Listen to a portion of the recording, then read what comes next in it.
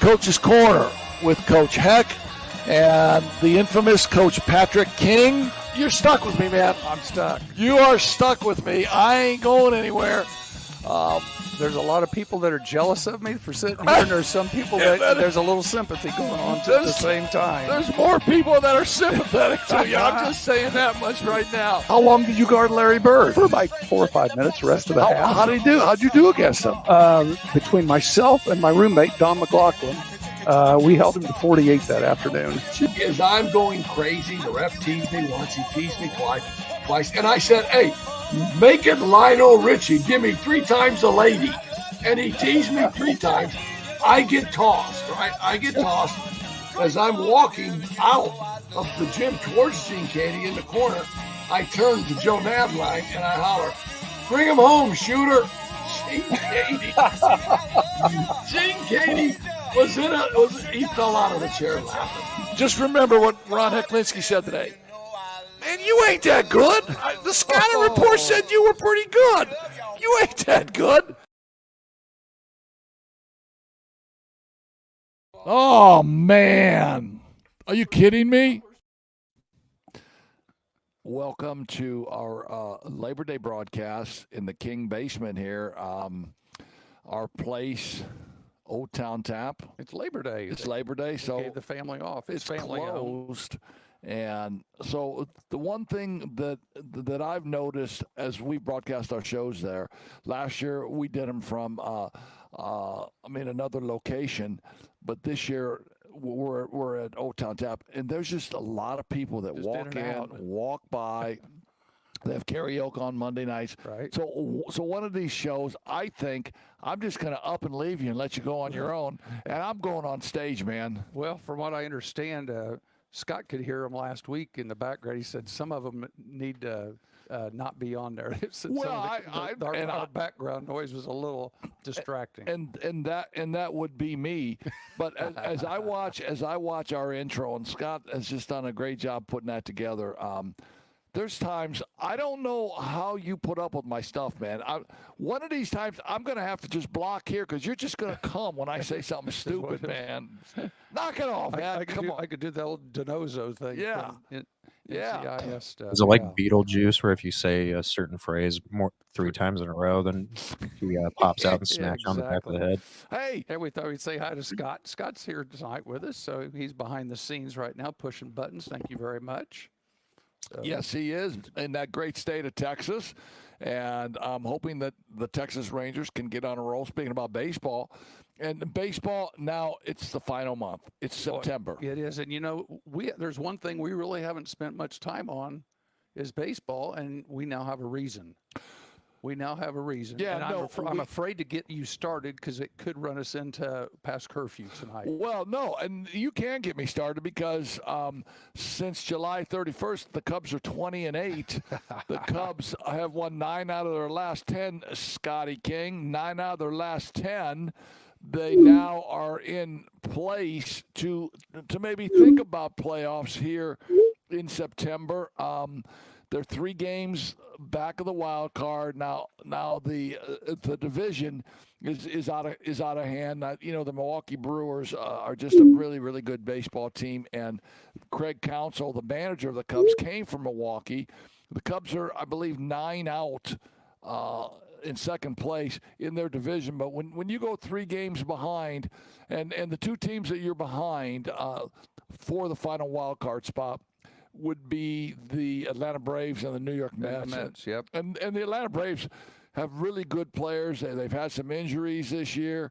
Ronald Acuna, their most valuable player and almost a Triple Crown winner, has been out all year long. And so can the Cubs catch the Braves or the Mets? I don't know, but it's good to see them playing well. Early in the year they didn't hit, man. Their $177 million player, Dansby Swanson, was hitting in the 8 hole.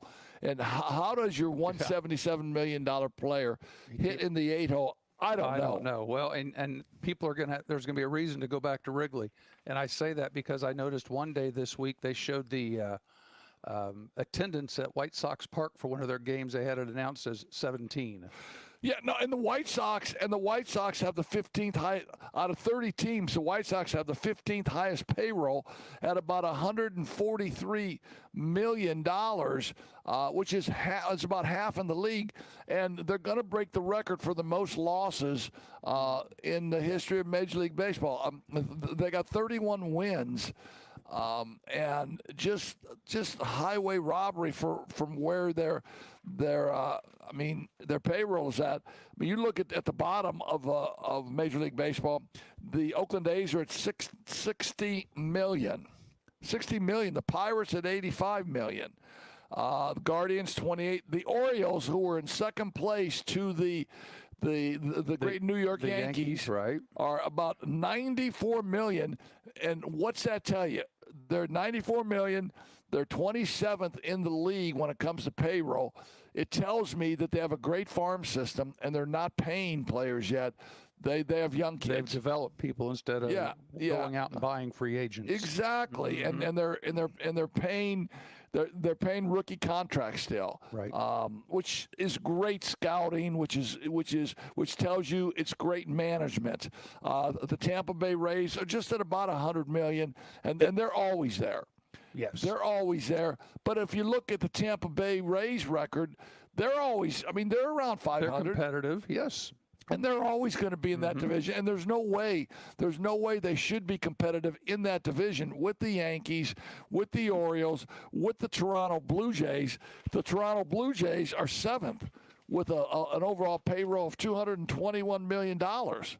And, the Tampa Bay Rays are above them in the division, right? Right. Yeah, and then again, the Detroit Tigers are 24th. All right. They're an average team, but then the Brewers are 23rd and are leading. And Detroit's not last anymore. No. They're a 500 team, around 500. Which I'm sure the Detroit people are thinking, finally, we've been down at the bottom too many years. Well, and then the Tigers, they got a payroll of about $104 million, but 23 of that million. Or $23 million is going to Javi Baez, who was an ex-Chicago Cub and who's barely hitting at the Mendoza line. The Mendoza line is 200. Right. And he's barely hitting 200. He's out with hip surgery, so he's almost at a fifth of their total salary. And not even seeing the field. Yeah, not even, and just not producing. If you look at the Diamondbacks, they're at 140. They're in one of the wild card spots. The Red Sox are notorious spenders. They're 12th. They're at about $177 million for a total payroll. And the Red Sox are probably, I don't know, maybe in second or third place in that division. I think that's a wild card page there. But the bottom line is the Cubs are relevant right now. Yeah, the Cubs are relevant. The Cubs are relevant. The Cubs have your attention right now. And like you said, we're down to 4 weeks?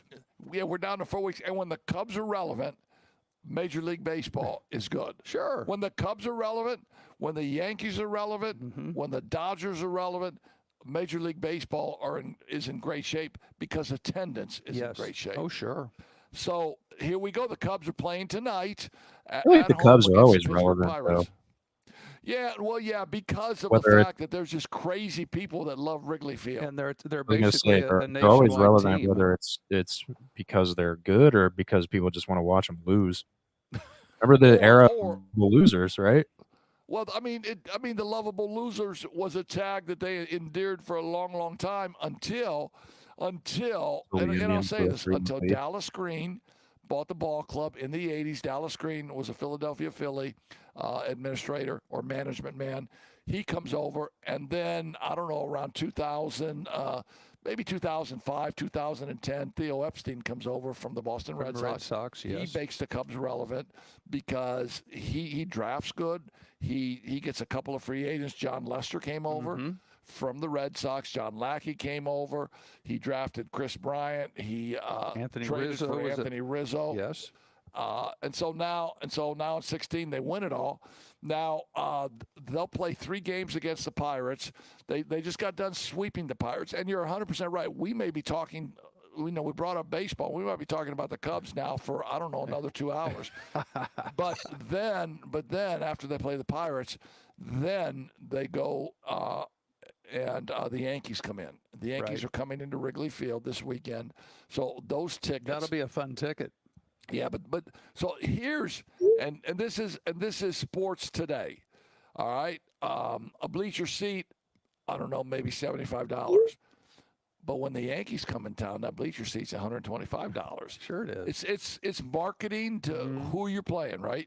Exactly. Sure it is. Well, just like Notre Dame tickets. You can get a Notre Dame ticket coming up this week pretty cheap, but you want to get one for Southern Cal here in a couple weeks or Florida State. Good luck. but the face value of the ticket is still the same. Right. But the face value of the tickets for the Yankee series in Wrigley Field won't be the same. The face value of the tickets will be marked up by the Cubs. Notre Dame itself doesn't mark up tickets for certain games. The third parties do? The third-party ticket people do. Yeah. But in Major League Baseball, they can project Yankees, big crowd. I don't care what our records are. People want to come to the Yankees. They want to come see the Yankees. Yeah, so Major League Baseball rolling. When the Cubs are playing good, I'm rolling.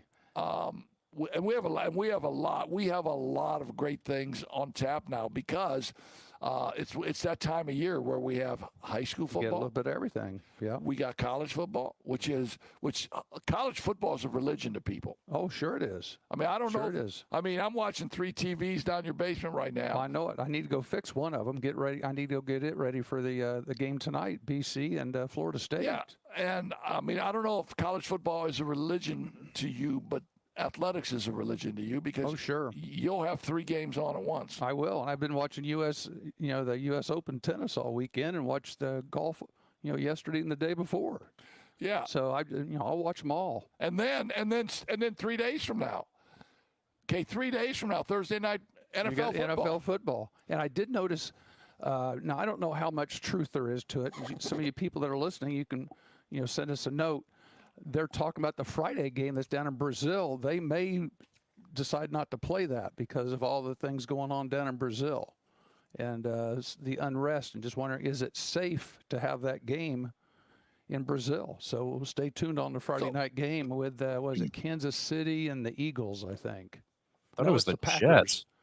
It's the Packers and the Eagles because there's 2 teams that have green for colors, and they said they can't wear green because it's a gang color. Seriously? Yeah. Okay. Man. So why would you have the Eagles in Green Bay, and then you're going to tell their fans you can't wear green because it's Sounds not like safe? they're playing in Compton. They're playing in Rio. The wrong colors. Be cautious. And that brings me to a point. If you're watching on YouTube, leave a comment in the chat for us. Give us a thumbs up on our video, and leave some comments for us. Also, our great sponsors, man. We have great sponsors. We're coming around now and kind of solidifying our sponsorship group. Now, Tony Letcher and Health Markets are outstanding. Han Funeral Home is outstanding. We're going to play some commercials here for you in a minute. We have Frick's Driving School. We have the Black Sedan Band. Just an outstanding group of sponsors, again, that are making this show possible for us. So, as a matter of fact, let's just run a couple of commercials here, and then we'll get started on some high school football. Who do we want to hear from first? You produce us, man. You roll them out. I'm not good at decisions. Here, I'll play the one that's I'll play the one that's first on my screen. Beautiful. All right, we'll be right back. Here's a word from Tony. Medicare plans can be confusing, but they don't have to be. I'm Tony Letcher, licensed insurance agent. I can help you compare your options because I'm appointed with many nationally recognized carriers. With my help, you can find the coverage that fits your needs and budget. I don't want you to be my client today. I want you to be my client forever. Call Tony Letcher today to schedule your free consultation or visit tletcher.com. I'd be all about that if I didn't live in Texas, and Tony, I don't think is licensed in Texas. Oh, heck, I think you're muted.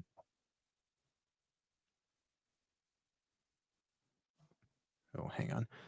I can't hear him for some reason. Here, I'm going to play another one. Here is a word from Han Funeral Home. Facing the loss of a loved one can be overwhelming, filled with questions and stress. Han Funeral Homes in Mishawaka is here to provide compassionate support during these challenging times. With a deep commitment to the families they assist, Han Funeral Homes aims to deliver exceptional care and service. Their dedicated team of experienced funeral directors and staff is ready to guide and support you through every aspect of funeral planning. Located at 505 West 8th Street in downtown Mishawaka, Han Funeral Homes invites you to reach out at 574-255-1474 or visit their office for personalized assistance. Han Funeral Home, a family serving families. At Han Funeral Home, led by their owner Pat Hahn, they just do a great job. They're very sensitive to the needs of families in those very sensitive and sorrowful times in their life. Frick Driving School, man. If it wasn't for Frick Driving School, we wouldn't have safe roads in this Michiana area. You got one for Frick that we can roll? Yeah, baby. Looking to get your driver's license and hit the road with confidence? Choose Frick's Driving School, Northern Indiana's top-rated driving school. At Frick's, they offer expert instruction for anyone aged 16 and up, tailored to help you master the skills you need for a lifetime of safe driving. Their experienced instructors ensure you're well prepared for both the written and behind-the-wheels tests, and one of those instructors is our very own Coach King. Located on Addison Road in Mishawaka, they provide flexible scheduling and personalized lessons to fit your needs. Plus, they offer the state driving test in-house for just $65, making the process even more convenient. Call them today, 574-256-0650, or visit fricksdrivered.com to learn more. And if anybody else would like to be a sponsor or hold some sponsorship on this show, please get a hold of me or Pat, and we will see what we can do for you. We talk about our sponsors, we support our sponsors, and obviously without our sponsorship, this show would not be possible. Patrick, high school football, man. High school football in this area, full swing. Yeah, but not only this area, in southern or in central Indiana, or probably the whole state of Indiana. And you know, we're going to have some football news from the great state of Texas, where college football is a religion in our country. High school football is a definite religion in the state of Texas. Well, they've got some huge stadiums. They have big football stadiums like Indiana has basketball arenas, and they've started down there, and the excitement in Texas. Scott's had a chance to look some stuff up for us there, especially in the Dallas Metroplex. But here in Indiana, for example, this last weekend was kind of crazy because of the storms that came through on Friday night. Really caused some issues. There were a lot of places, really everything between, let's say, US 30 down to US 50 in southern Indiana, they were affected, where a lot of them ended up finishing their games on Saturday. Yeah, as I attended the Mishawaka Penn game, and by the way, Penn's the Corey Yeoman era, who followed the great legendary Hall of Famer Chris Giesman. That was an era of Penn football that was just dominant. Yes. And Chris Giesman did a great job. And that goes clear back to the 70s and 80s. I mean, they had two coaches in like 50 years or something. Well, yeah. I mean, Chris Like and Corey. And Corey ran that program for probably the last 50 years. I thought about that when I thought about my tenure at Anderson High School, because my predecessor was the great Norm Held. Mm-hmm. Norm Held was the head coach at Anderson for 18 years. The coach before Norm was Ray Estes, who you played for. Yes. Ray Estes was the head coach there for 14 years, so that's 32 years. Mm-hmm. And I was the coach there at Anderson for 18. So that's 3 coaches in 50 years. Right. At the great Anderson High School. The great Penn High School had 2 football coaches in about 50 years, and both synonymous with the word success. Although Chris Giesman did win multiple state championships, and I don't think Corey Yeoman was involved in multiple state championships, but but nonetheless, they were still the measuring stick up here in the northern part of the state. Everybody else was trying to chase them. Well, without question.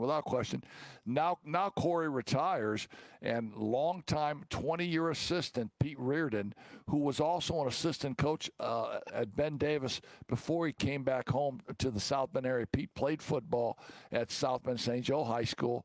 His father was a high school basketball legend, or just a athletic legend at South Bend St. Joseph's High School, Larry Davis.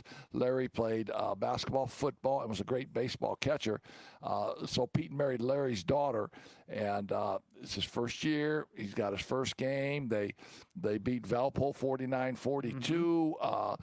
Kellen Watson has an all-world game. And by the way, when we mentioned the name Kellen Watson, in the state track meet in the 100 meter run dash, he's number 3 in the state. Yeah, I remember that. But numbers 1 and 2 graduated. So for all intents and purposes, Kellen Watson is the fastest in the state of Indiana. He might be the fastest senior in the state. Yeah, today. So against Valpo, he goes crazy. Yes, they had nobody. The 2 people that beat him in the state did not play for Valpo, is what I understand. Exactly. He runs for a gazillion yards. He throws 3 he counts for 6 touchdowns. He runs for 3 and he throws 3. And again, when you mention high school football in Northern Indiana, Valparaiso is a name that's right up there too. And they were in the state finals, I believe, either last year or the year before. Yeah, and so Penn and Pete Reardon's opening game or opening tenure at Penn starts well. Now they have to go to their Princess City rival, the Mishawaka Cavemen, at Steel Stadium on new turf. Brand new turf. Now, I called it AstroTurf last week, and you quickly. I think they now just call it playing turf. Well, and Coach Kinder, I believe, helped correct both of us. Yes. And Can I offer one more correction, too? Yes, sir. Well, it's not even really a correction. It's just answering a question that you had. So Valpo won the state in 2022. Okay. And Coach Yeoman lost 4 states, won 1. So Corey Yeoman, he was in the state finals 5 times. He's like Buffalo Bills. 5 times, man, and that's pretty. But at least he won one. The Bills never won. Norm Held was in the state finals 4 times too, wasn't he? Yeah, 4 times, and the street that Norm Held lived on was Corlett Way. That was a street that I also lived on. That was the running joke in Anderson. They were gonna rename Corlett Way 2nd Street. For Norm Held, for Norm Held being second in the state. And you inherited that. It's amazing how random we get sometimes. Yeah, but Norm was a freaking great basketball coach. He was a showman. He was a showman. He was into marketing. Yes. People loved Indian basketball. The factories were rolling in Anderson. Life was great in Anderson, and Norm was the right person for that job at that time. And he knew at that time the only thing in town was you go to the Wigwam on Friday night. Yeah, so either A, you go out to eat before you go to the ball game, Wigwam, or B, you go to the game and you have a late dinner. And the nice thing is you could go before because at the Wigwam seats were all reserved. And that's one thing, people don't even understand that anymore. You go to a high school game and it's just general seating. No, there's no seating. I mean, you had tickets with a particular seat, just like you would a college or a pro game. No, so they sold almost 4,500 season tickets at the Wigwam, and so people could absolutely show up at 5 till 8. Sure. I mean, go get a dinner at the Linsky's in Chesterfield. Yes. Yep. Now, if anybody from Anderson is listening, those are names out of the past, man. Great restaurant. And you got to be kidding me. How do we go from Pete Reardon to Delinsky's in Chesterfield, man? I certainly apologize. My wife claims I'm the one that's random, but I know random Ronnie. But anyway, so back to Penn. Mishawaka. So we have Keith Kinder on, and the week before they play a mediocre first half against Mishawaka Marion and go into halftime down 17-7. And that talk about a rivalry. That's a heck of Johnny. Be good. What's happening, baby? Hey guys, what's up? Just chatting it up a little bit about Mishawaka Penn. You jumped on right at the right time. Johnny Be Good, owner, operator, broadcastsport.net. We're really, really happy to have him on the Black Sedan hotline or tech line. So good to see you, man. Hi guys, how you been? We're good. You Living got the dream. So you got a spot next week at the Notre Dame game? Oh, you betcha. And I'll let you know where we are. You guys got to come see us. You let me know, man. Them hot dogs, them hamburgers are going to be rolling. You betcha. I mean, sitting with you and Pat and your son, your wife's always around there doing some cooking. I really, really look forward to that. Yep, Hey, we've got our first. We're talking about. I say we can sit there for hours and not solve a thing, but we can talk about them. That's for sure. Yeah, well, we have a lot of fun doing that. We've got our first company tailgate next Saturday out at the stadium, so that should be fun. So we're talking about that Mishawaka Penn game, and as it turned out, it really wasn't much of a game. As Mishawaka beat them, I believe the score might have been 27-7, yes, or somewhere close to that. 20 zip at one time, wasn't it? Yeah, and no, I'm sorry, it was 20. It was 18-7 maybe, or 20-7 at halftime, and Mishawaka was never, ever in danger of losing that game. Kellen Watson the week before had a historic performance. Mishawaka put a spy on him. Kellen's a quarterback for Penn. They put a spy on him. They took angles. They never let Kellen Watson get out of the pocket. Now all of a sudden, I mean, it's been a while since I've seen Penn play, but to me it looks like Penn's a finesse team now, throwing the ball, trying to throw little screens, trying to throw some out patterns. Never really had any vertical shots down the field, but. I was really surprised at how Mishawaka manhandled Penn. When you mentioned it, you thought Penn looked a lot more like the finesse team compared to the two. There's no secret Mishawaka is just they're going to line up and just smack you right in the mouth. Yeah. But in the past, both teams were like that. Because, yeah, exactly. And who knows? You know, we could stereotype and say that means that Penn probably has more kids from the Harris part of the PHM than they do the OC part, because, you know. Aggies always talked about the reason they were so mean is because they had Osceola kids. And it's just the old stereotype: those kids will knock your head off just for no reason. Well, they had linemen. I mean, I didn't think their linemen were very good. Mishawaka was definitely the most physical team on the field. And hats off to Keith Kinder and his cavemen who now go 2-0 and. Will play. Well, they've got Concord coming up. Yeah, so that'll be a tough game at Concord. Mm-hmm. That'll be the first NLC contest. The stadium on Friday night was completely packed. It was great to see. Fun. Great to see a stadium packed for a high school football game. And Penn and Mishawaka had canceled that contract for a couple of years, brought it back last year. Mishawaka, and we didn't talk about this, John, and Pat, but Mishawaka lost two players who transferred to Elkhart this year. They lost a senior running back named Norvell Miller, and they lost an interior lineman both ways named Carmine Orozco, and they were both ruled ineligible on their transfer on the first round, and then, much to everybody's surprise, the second IHSA appeal came through. Well, yeah, and they were ruled eligible, but most of the time, the appeal that comes through is the DOE one, where the parents are on the board, not the IHSAA, and I mean, it was really a shock because both of those kids went on social media last spring. We're going to Elkhart. We're going to be an Elkhart Lion. Blah blah blah. And but that's I guess that's the sign of the times now. Kids are moving around in Indianapolis like crazy and going wherever they want to. And now it's finally happening up here. It's finding out here. John, where were you last week? Tell us a little about the game you covered. Well, I covered Adams Logansport at School Field. I'll tell you something. Logansport plays some pretty good football. They're very physical up front, very veteran team. obviously running that wing tee. And, Coach, we talked a little bit about that after the ball game on Friday night when we met for our post-game meal, of course. And that local sport team's not bad. Adams, that's I don't know how else to say this, but that's a dumpster fire on the east side of South Bend. Yeah, that's too bad.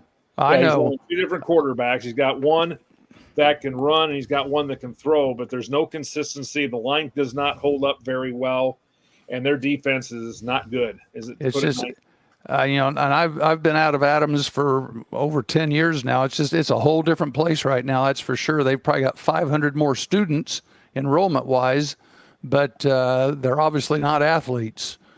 Well, they got a tough stretch coming up with Mishawaka Marion, New Prairie, and St. Joe. And the conference season has begun, so you're right. And let's just face it, city football right now is with the three schools, it's not very good. It's not very good. Riley's probably the best of the three. And they've got a lot of issues as well. So we're going to find out how good they are this week, because I think Penn rolls in there. You've got Penn and Riley this week, don't you? Yeah, we've got Penn Riley this week. It's Riley's homecoming at Jackson Field. And I asked somebody in the press box week 1, why are you doing homecoming so early, and especially against Penn? They said, well, they wanted to do it early because we're seeing more of this in the times where the weather gets worse in late September and October, and there's a better chance of things being canceled. So they wanted to do it early. So they asked Darick Lee, the head coach, you want to do it against Penn or Elkhart? And he said Penn. Oh, okay. Okay. Whatever. Okay. Well, and they did, I know I was over at Goshen for Goshen and New Prairie, and they did senior night that was their second home game for the band on Friday NLC night.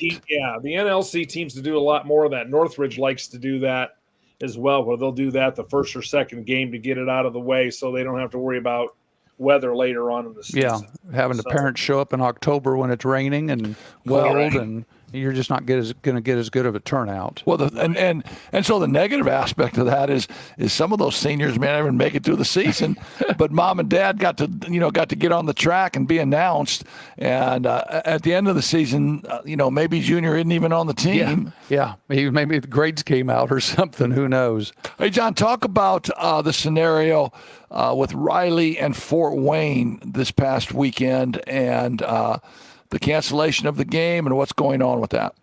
Well, from some of the research that I've done and some people I talked to over the weekend, they decided to come to a no contest because Riley didn't think they could get buses for Saturday morning to go back over there. Fort Wayne says, well, hey, we'll come over Saturday and play at your place.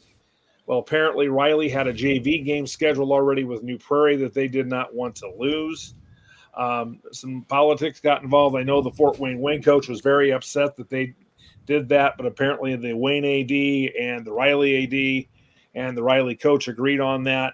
I think there's a lot more to it than that, because Riley was down 14-7, and I think they knew that they probably were not going to win that game, and they didn't want to have that going into their homecoming week. Yeah, well, Fort Wayne is rated in the division. I think they are maybe a 4A team. But regardless of that, the computers and stuff showed that was going to be maybe a 30-point ball game. So Riley was probably thrilled to death. It was only 14-7 at the half, and they led 7-0 in that game. Actually, they scored first. Interesting. Yeah, but you can't do that, man. But you got a contract for the game. The two of us were talking. Okay, you're behind at halftime, but yet you say we're not going to play the second half, but yet we're going to count this as a no contest. You can't do that. No, you can't. Well, they have, or they're trying to. I know they have. Well, and I know that a couple of the people at Fort Wayne apparently have contacted the IHSAA. They want to get them involved tomorrow about this and have something done about it. Time to call the attorney. Do about it now. Yeah. Here you are Tuesday after the game. I guess the issue, it's a non-conference game. It's a win-loss. Fort Wayne wants to be 2-0, and Riley doesn't want to be 1-1. is what it amounts to. Yeah, but here's my take on this, man. I mean, who wouldn't? I mean, I played Ben Davis one year when I was coaching at Anderson, and we were down 40 at halftime. And I can't say, hey, we're gonna just not come out second half. We're not gonna pull a Peyton Manning and go out the side door, right? No, you can't do that. I mean, go start the bus. You have a contract. I mean, there is a signed contract to play a high school IHSA sanctioned event. And if there is some weather that comes in and you have to move it to the next day, okay. But the fact that Fort Wayne offered to come to South Bend and finish that game, I think that there is really some I mean, it's just bad. It's just bad decision making. Yeah, that the varsity game takes precedence over a JV game. And Riley had this happen to them a couple of years ago, Pat. If you remember, we were doing their Saturday game against Gary West, and we had weather. It got delayed at halftime. They came back out. We played a little bit. Then we got more weather, and they finally ended up canceling the game. Right. If you remember. Now, I know that was a Saturday game. That might have been a little more acceptable, but still, Riley's been in some controversy with a couple of these games here in recent years. I think I would have, if I was Fort Wayne, I think this would be the last year, whatever contract they have for next year, probably, I would be thinking about tearing that thing up. Yeah, well, I would too. Well, in order to get out of those contracts, it's a $500 penalty, I believe. And you got to, I mean, you have to pay the money if you want to get out of a contract. When I was coaching at Anderson, and obviously basketball is big, and I wanted to cancel a contract because maybe we had a special game. Maybe the year we went to DeMatha, I had to get out of a contracted game. I had to pay the money, and I think and I take that back. I think the money is $200, and you have to pay the money to get out of a contract. And there's a penalty. Yep. Well, I mean, there's rules put in place. Now there were other games for a reason. Yeah, there were other games around the state, John, that were no contest, but they either didn't start, they were early in the first quarter, or at halftime it was a tie game. Well, that's different. And here's an example. I had gotten to school field early to set up my stuff, and I was down on the field getting ready to talk to both the Adams coach and the Logansport coach, and we started getting thunder. No lightning, but we're getting thunder. But earlier in the day, the Logansport athletic director had called Adams and said, hey, I understand we're supposed to get some bad weather. What is going to be the plan if we can't play tonight or if we get started and we get delayed? So apparently they talked about it, and they decided that if that game would have been suspended because of weather, Logansport would have canceled their JV game with whoever they had Saturday. I think it was Adams, and then they would have come back up and finished that game on Saturday afternoon because as Brian, and I asked Brian Strong, this the athletic director at Logansport, he says, we have a signed contract. I don't want to get out of this. Right. Plus it takes away an opportunity for our kids to play some more and to get better. And that's how that's it. That's it. And I've said it. About money, but it's also about opportunities for kids to play. Yeah. Regardless. That's exactly right. A signed contract. Yeah.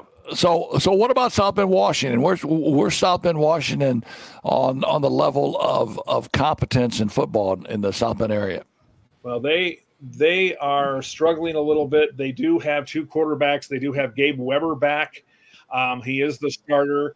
They did get a transfer from St. Joe. Pat knows the story on this one. The QB1 for St. Joe that got down 21-0, got benched at halftime, basically went to Ben Downey and said, screw this, I'm out of here. And he is now at Washington, but he did not play against New Albany last week. Obviously, as you can see, they lost 28-18. I think they've got some issues on the west side as well. And it doesn't get easier for them either with Elkhart and Penn the next couple of weeks. Yeah, and that's the game they played Saturday afternoon by plan, by the way. It wasn't a postponement. I was listening to the Friday night show with Bob Lovell. But with New Albany, they met in Sheridan, Indiana, which is just north of Noblesville. Bud Wright, man, the oldest high school football coach on the planet. On the planet. But they had some connections. The Sheridan AD and the New Albany AD knew each other. So they said, hey, can I borrow your field? And so they met in Sheridan and had an afternoon game Saturday. You can see it was 28. Both teams scored, which I was surprised because I thought New Albany would. New Albany's not very good right now. Well, that's how. So wait a minute. So let's go back to this. The quarterback for the St. Joe Indians / Huskies is down 21-0 at halftime to Lakeland. Yes, and he's a transfer from Clay, right? Clay closes. He played at Clay last year. Yep. Okay, played last year. He played at Clay last year, so he comes to St. Joe. Now, how can he transfer in the middle of the season, or not even the middle of the season, the first football game, and gain eligibility the following week at Washington? So he's been at 3 schools in 6 months. Wait a minute. Can we get Commissioner Paul Natick on the line here? How does he get eligibility, John? That's a good question. I would like to know that from Big Paul myself, or even Bob Falkins would be a good guy to talk to since he's the assistant commissioner in charge of football. He does football. I love Robert Falkins. Huh? I love Robert Falkins. Oh, yeah, and he knows it all. Being a South Bend boy, he would certainly probably be able to tell us what's going on. But I couldn't believe that when I heard that the poor kid gets benched, and now I'm done. I'm leaving. He turns his jersey in, and he transfers to South Bend, Washington. Well, a kid from Adams did that last year. Those athletic transfers. The starter at Riley, he left Adams. Yeah, the kid that starting quarterback at Riley was at Adams, and next week he was at Riley. Man, it's the wild west in the South Bend area of football. Free agency. So what about Marion and St. Joe? So what about Marion and St. Joe this past weekend? Marion and St. Joe? Yeah, I mean, who did they play? What were their results? I think the Indians won. Yeah, I believe they did. Yes. Let's look here. Let's see, Adams. I've got it written down right here. Come on, man. St. Joe beat Fort Wayne Southside 21-9. Yes, and then, Indians. And on Saturday afternoon, Culver Academy beat Marion. So Marion's 0-2. Marion's 0-2. They lost, but it was close, 28-24. Man, if you guys could pull, and I don't know, I know you can't do this, and I should have thought about this beforehand, but on my Facebook page, I don't know, a week ago Friday, I had about 7 or 8 or 9 St. Joe Indian basketball players. We met at the Howard Park place, and guys that played back in the mid-'70s and stuff, and we had a freaking blast talking hoops. And in the South Bend area, the great players that we played against, I put a picture of us on Facebook, and I got 1 million comments from people saying, "Oh, I remember this cat, Dave Kuzmich, who ended up playing at Notre Dame. Man, Kuz could really ball, blah, blah, blah." It was great. And as I mentioned, Larry Davis, his son-in-law is Pete Reardon, the coach at Penn. He said, "I got to go, guys. I got to watch my son-in-law play his opener against Valpo." But we all said, and I made this statement, and I typed this on Facebook: once an Indian, always an Indian, man. And I got like all these likes on. There it is, right there. There we are. The great Jimmy Goddach on my left. Jimmy was a South Bend Fire man and retired. You caught some grief because you got your Mishawaka shirt on because you said you came straight from school. Yeah, and you could have found a pullover or something. And I didn't. I swear to God, I didn't even think about it. Brian Canfield next to Jimmy. Brian was a guard on that 73 sectional championship team. Me and my stupid Mishawaka. No, not stupid. I like Mishawaka. Well, at least they can tell which one you are. I like Mishawaka. I forgot that I was going there after school. And then there's the great Mike Ledusky, a South Bend St. John's player, played for my dad. There's Steve Friel in the background. Steve was about 6'8". So me, Ledoux, and Steve Friel played for St. John's. Our freshman coach, Larry Radecki. There's the great Larry Davis. Dennis Jordan was a guard my senior year. And the great Dave Kuzmich on the end, who's battling some major health problems, but is just a freaking warrior. He played for Digger Phelps and Notre Dame. Started that game, I believe, when Notre Dame stopped the 88-game winning streak of UCLA.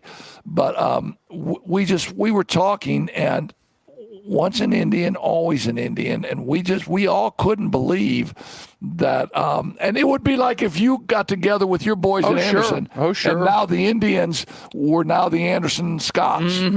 I know. Well, and people down there, the band people just are in hysterics because the band is the Highlanders. little stuff like that. Yeah. So I digress. I ran off on a tangent there. No, random Pat.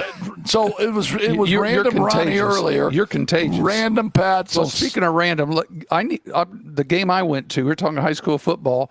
I had the New Prairie game over at Goshen. And first of all, let's talk about New Prairie. They're pretty good again this year. They've just reloaded, different names.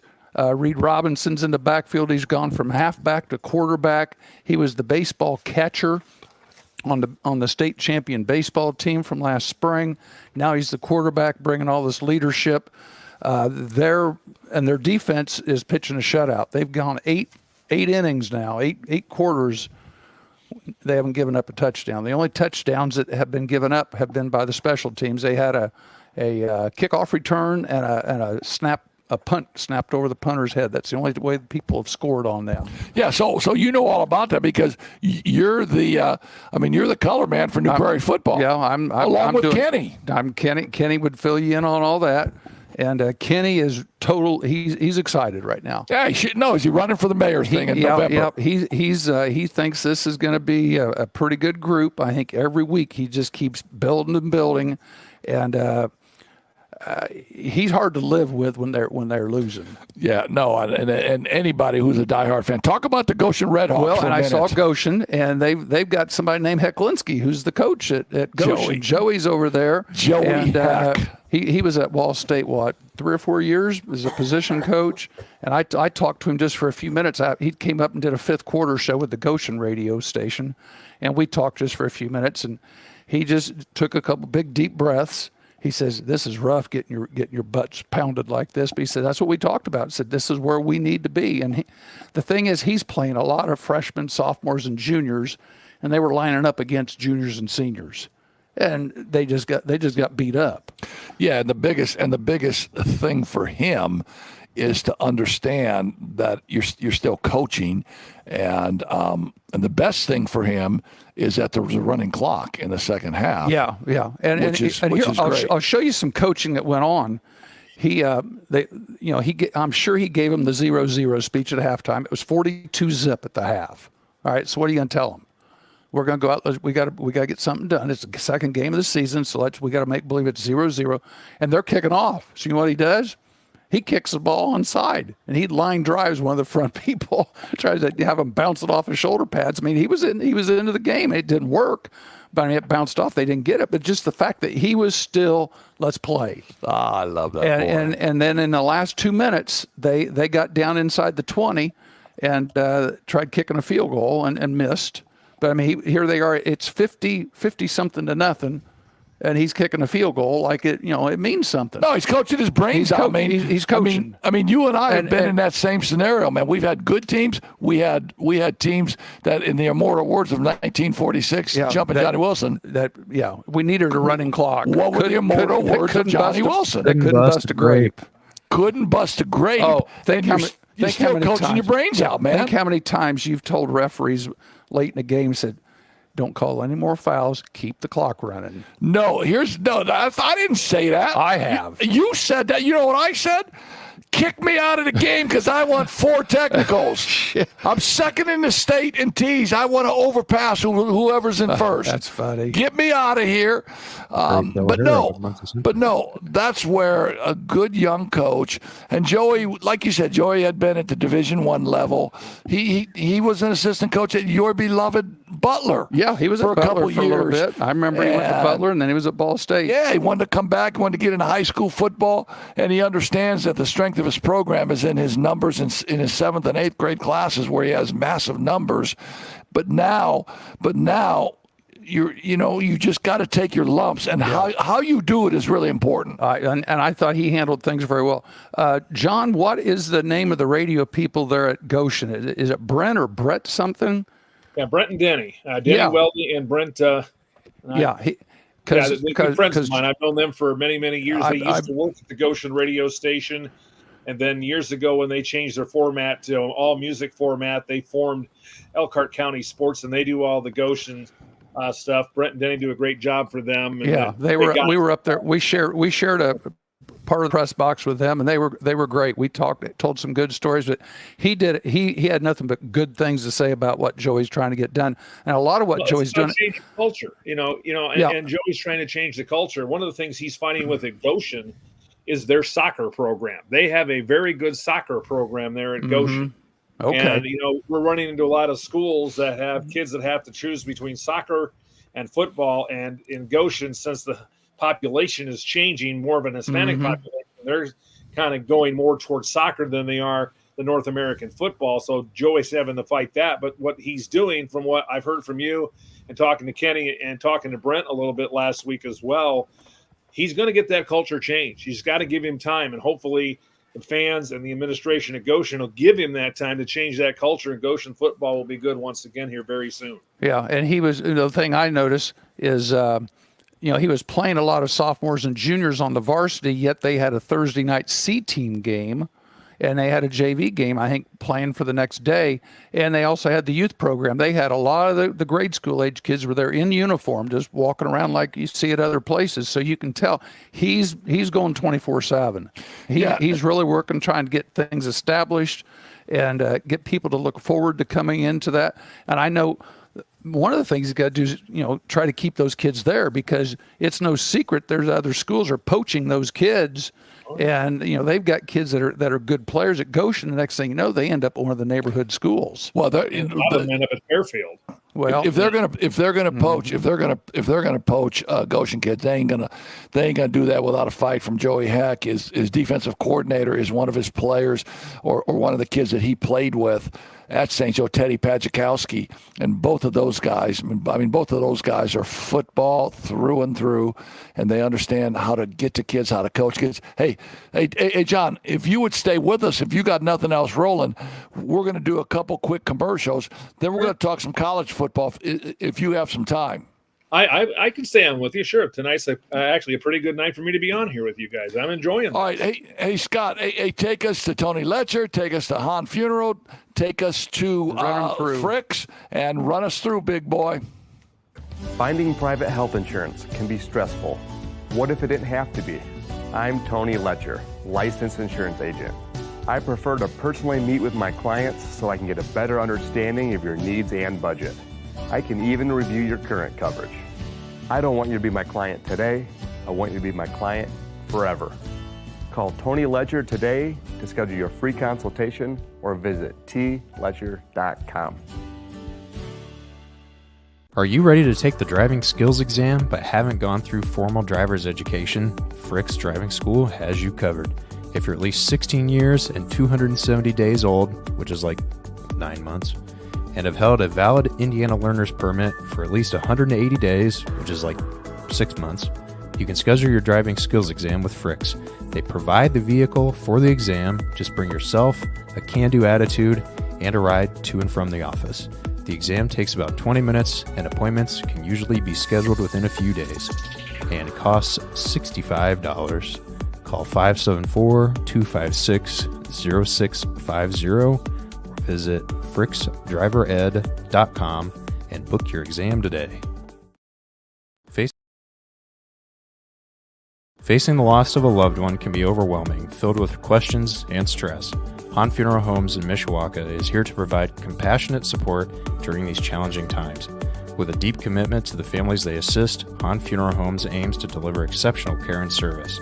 Their dedicated team of experienced funeral directors and staff is ready to guide and support you through every aspect of funeral planning. Located at 505 West 8th Street in downtown Mishawaka, Han Funeral Homes invites you to reach out at 574-255-1474 or visit their office for personalized assistance. Han Funeral Home, a family serving families.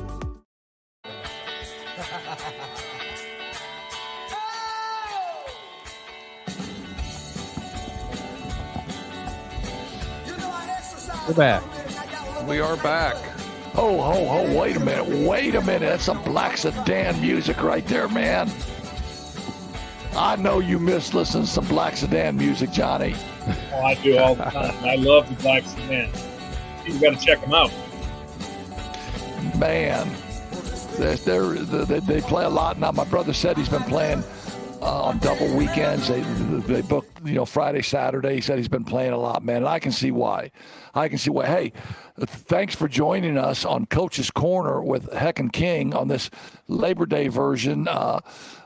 Steve Dorman and his crew at Old Town Tap are taking the day off, and well-deserved little bit of a break. So we're down in Pat's basement, still coming to you on this Labor Day version of Coach's Corner. And hey, real quick, I was going to tell you, at Durbin's Saturday night, they had a big screen TV. They had a big watch party for the Notre Dame game, and he said they're going to be open now 7 days a week starting tomorrow because they've got college ball on Saturday.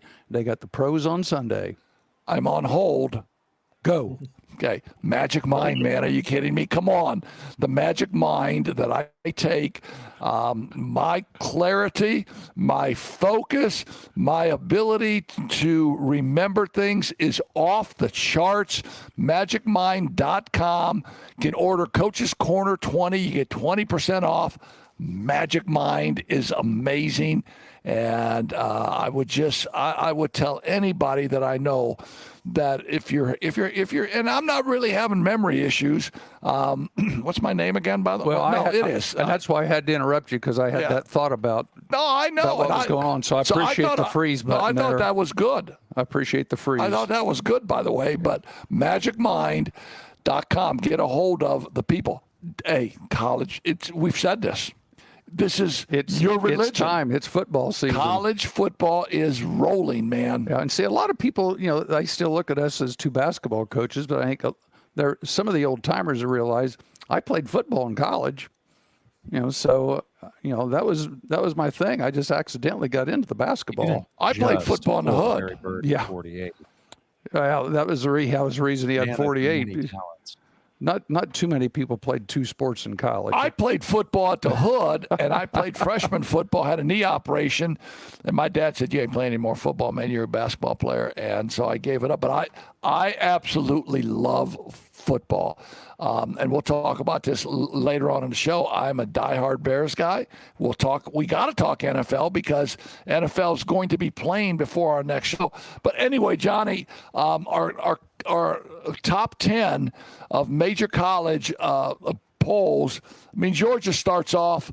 I mean, I don't know if I thought it was going to be 34-3 against Dabo's Clemson team, but I thought they would win. But they just destroyed Clemson 34-3. Ran off and hid, didn't they? And did anybody in the top 10 besides Notre Dame have a close game? No, but I mean, we're going to run through these top 10. But what's your thoughts on Georgia, Johnny? I thought they were very impressive.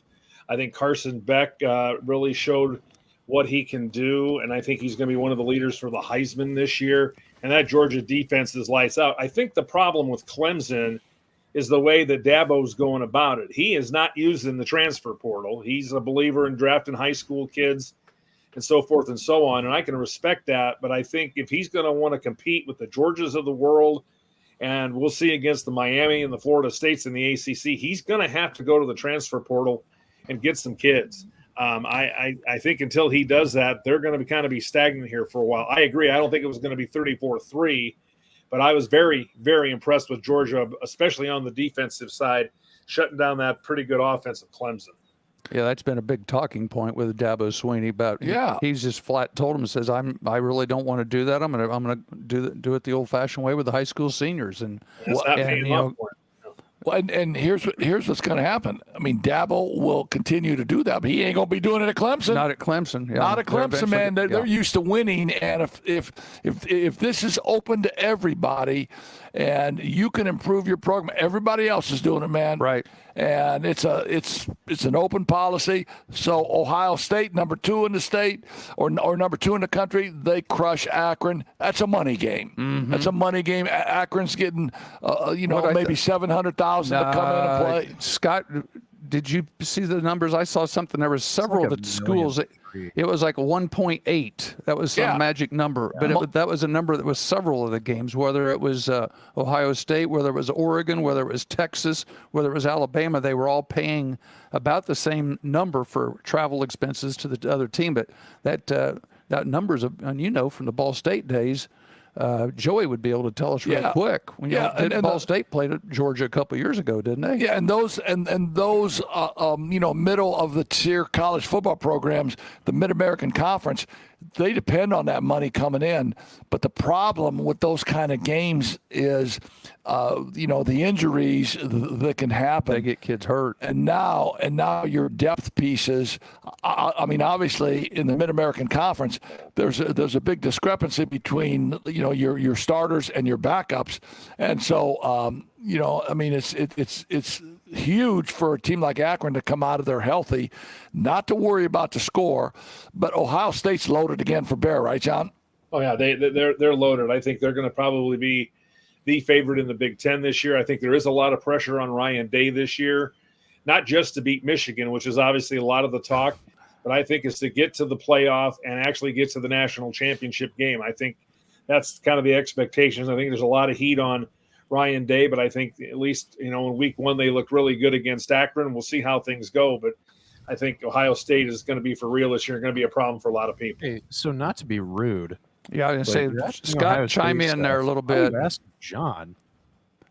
Scott's the guy. Well, no, because look at Scott's shirt. No, I got you. So Scott, you're with us every week. John's our guest, but listen, so you can help me on this. Isn't Chip Kelly now their new offensive coordinator at Ohio State, or an offensive analyst? No, he's the OC.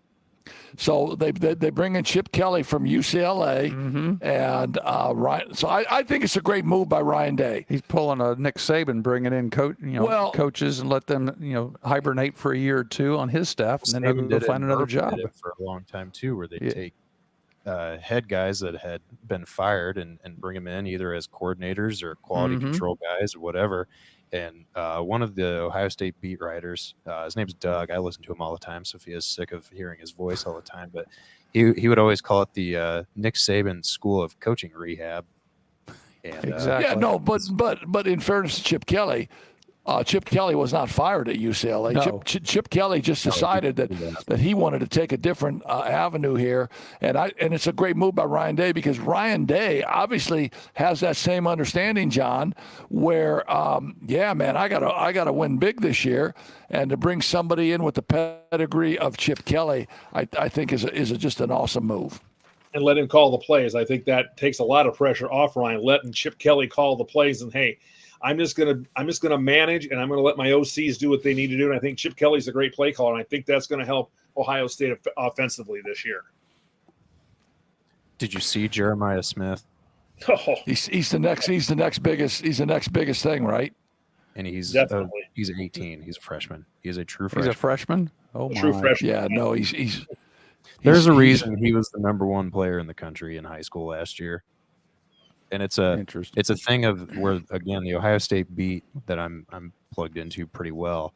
They would always used to say about Alabama and Georgia guys, their freshmen don't look like our freshmen. Well, finally, Ohio State has one of those dudes where it's like, this dude is different. He is absolutely different from everybody else.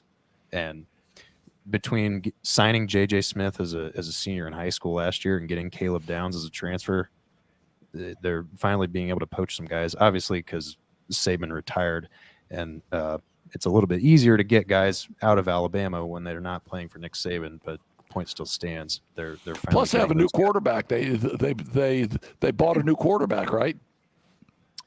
Ohio State, yes. Yeah. Bought him. I mean, or USC wanted him too. Lincoln Riley was just as hot for him. Hey, let's Will not. Howard. No. Let's not sugarcoat all of this. Let's be straight up about this with me, Pat, Scott, and John. It's about money. They're buying players left and right, and if there's enough money, the kid will come. And but like Miami was signing blank checks for high school guys, and they're okay, but you still have to perform. But I think a lot of times too, where but Will Howard's not a high school guy. No, Will Howard's an adult. He's like 22, 23. John, what did Nick Saban say on the Saturday show this weekend? if you're not spending the money in the right place, I can't remember what the exact quote was. If you spend $20 million, but if you're not paying the right guys, you're shit out of luck, is his direct quote. Yeah. He shut McAfee up in a hurry. He shut McAfee up in a hurry, but hey, you can spend $20 million on guys, but if you're not doing the right guys, you're out of luck, Yeah, right. Exactly. Yeah, no, and that's why when they say the rich get richer, it's coaching, it's recruiting, it's the best recruiters on the planet. It's that, but it's also the most money in the program too that can bring guys in. So Oregon at number 3 only beats Idaho by 10, 24-14. Kind of surprised me. I don't know what the potatoes have this year. I don't know what the Idaho Spuds have this year. I don't have a clue, and I don't know. Or like you said, that was probably one of the closer of the games. Texas had an easy game. Alabama had an easy game. Ole Miss. Yeah, but let's go back to Texas. The significance of the Texas game, and obviously, we know Quinn Ewers is their number 1 quarterback, and he's a really good quarterback. He'll be playing on Sundays next year, and I believe that. I don't know if he'll start right away, but he'll be in the NFL next year. But the exciting part for the Texas people was to get a glimpse of Arch Manning as Arch got some clock and actually looked, didn't look out of place, didn't look, the game wasn't too big for him. Looks like when it's his time, and he'll have 3 years when it's his time, he'll be a great college quarterback. Mm-hmm. I agree. Can I get anything on that, fellas? I agree. I'm nodding silently. You couldn't hear my head rattle. I think that as long as he continues to develop and can learn the offense, his skill set is there's no limit on his skill set. And not just because he's named Manning, but I think he's worked really hard to get where he's at and to stay there. And for 3 years, I think he's going to be very, very good in those other 3 years when he's probably the starter next year. And I think the other thing, too, is if his name was not Manning, he would have transferred, but he has the mentorship in the family to say, hey, you're getting you're being developed well here to where even if you have to sit on the bench for 2 years, you're going to learn how to play major Division I college football. And then when it's your time to play, you may only need 1 year and then you're going to be ready to go. And that's only 1 year of getting hit on your body too. Yeah, that guidance of his father, his uncle, his grandfather is, you can't put a price on that.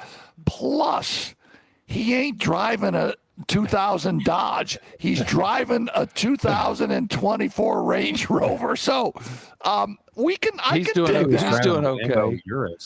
Yeah, he's doing okay. Yeah, as Alabama, obviously 63 zip, they do what they're supposed to do. But, Coach DeBoer just walks in there. He's different than Saban. I did some research on it. The music at practice, the meetings are a little different. It's a great change of pace for the players there. They still have great players. Jalen Milroe is quarterback, better than he was last year.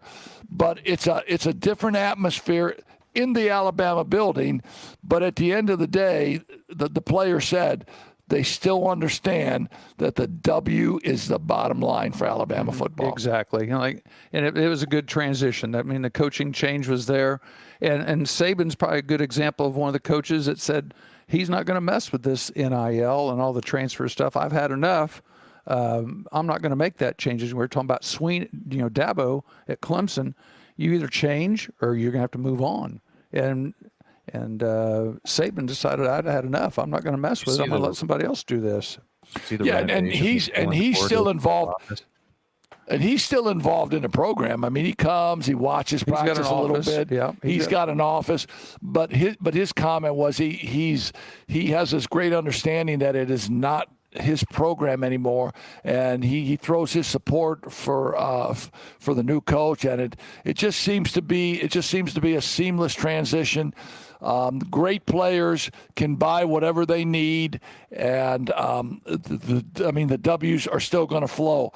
Lane Kiffin, his Ole Miss team at 76-0 against Furman, another buy-in game, but he's got a quarterback too. And all these teams, these SEC teams that are really good, they got QBs. I mean, Joey Dart is an experienced quarterback again, and Ole Miss will be a good football team again. I mean, can they win the big one? I mean, can they win the big one again? I don't know. It's too early. That's Not without right. the I best don't know. running back. It's That's Where right. did Ole Miss's running back go? I don't know. Where did Ole Miss running back go? Take a wild guess. See at Ohio State? All right, good. The leading rusher in the SEC who transferred, went to Ohio State. All They right. must have had a deeper Listen out pocketbook. for Quinshawn Judkins and Travion Henderson. Just saying. All right, but I'm not a but homer. here's I'm a homer. okay. Here is the, and I hate to say rumor mill. I mean, it's week 1. Come on, rumor mill starting at week 1.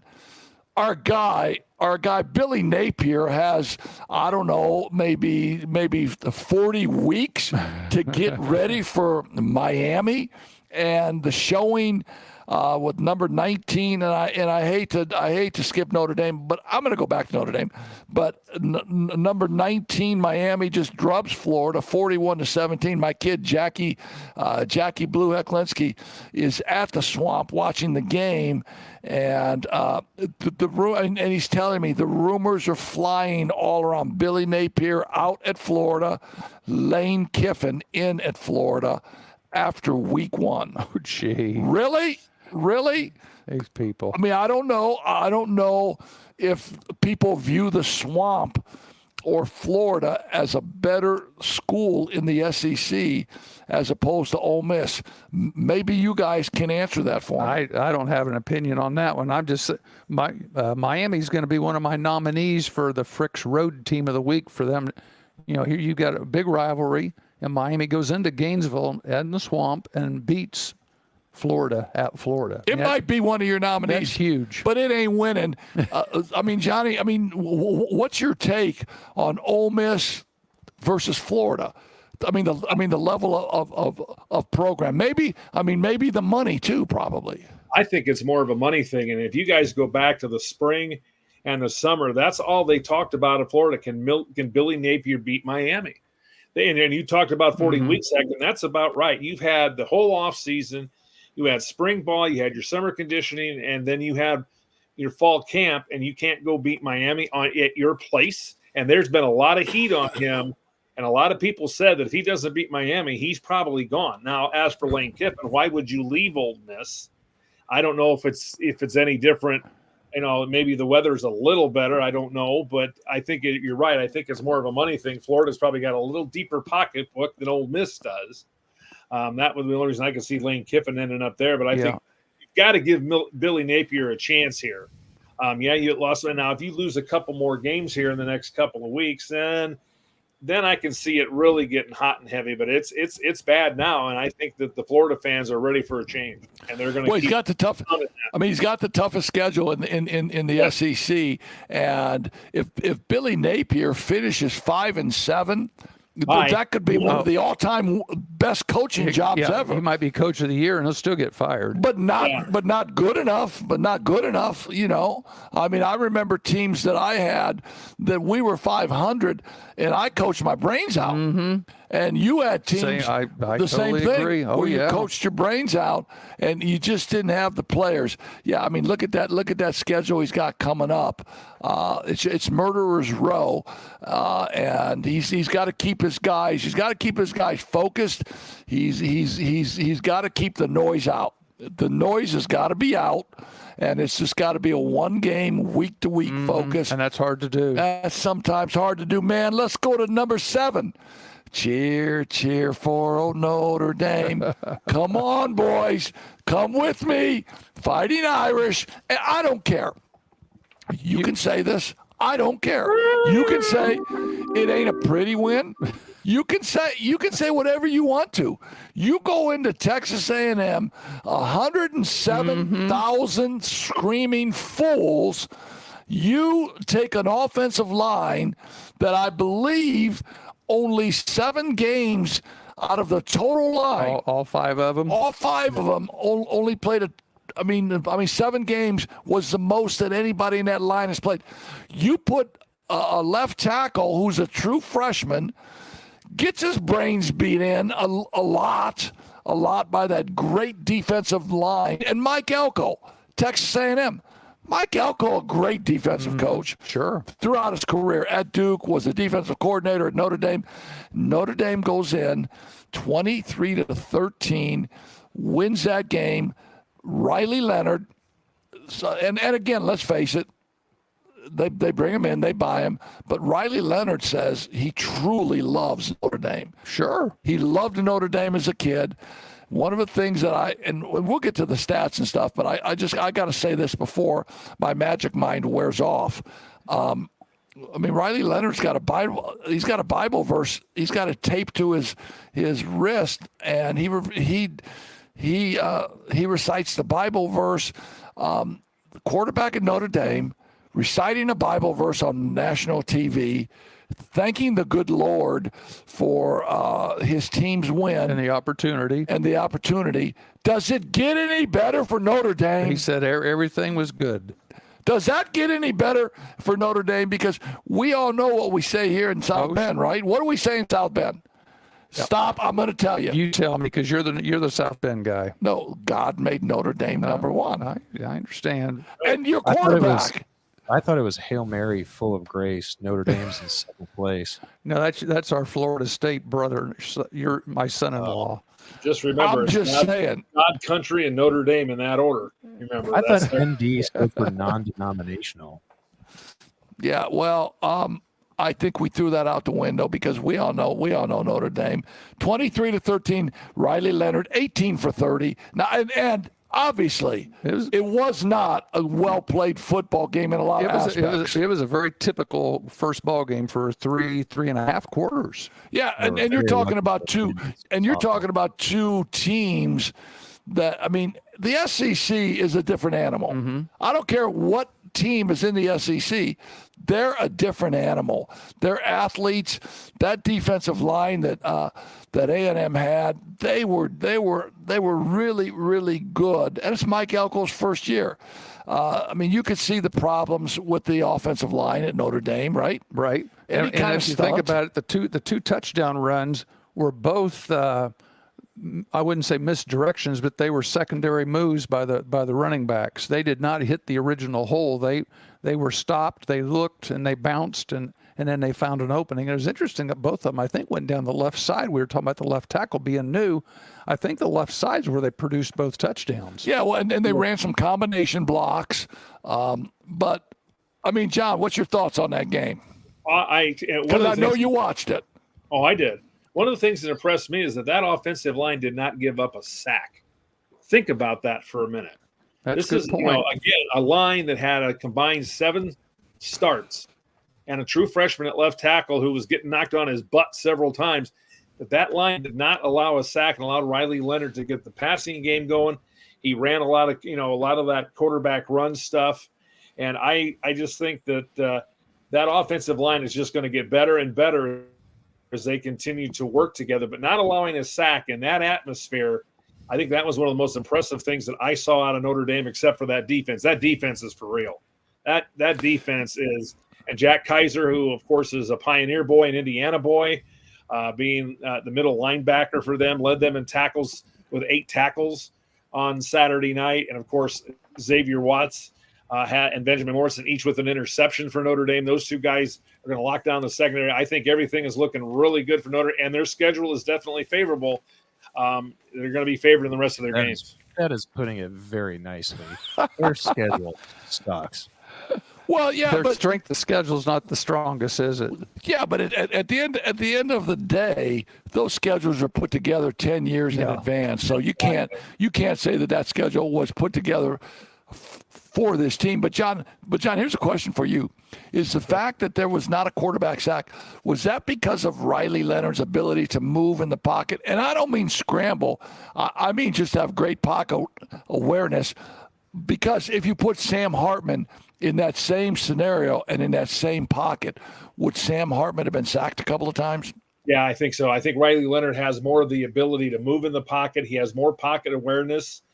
He can use his feet. He showed that. And that, I think, prevented. I think, with Sam Hartman back there being more of a drop back passer and not as mobile as Riley Leonard, I think there would have been a couple of sacks on that offensive line.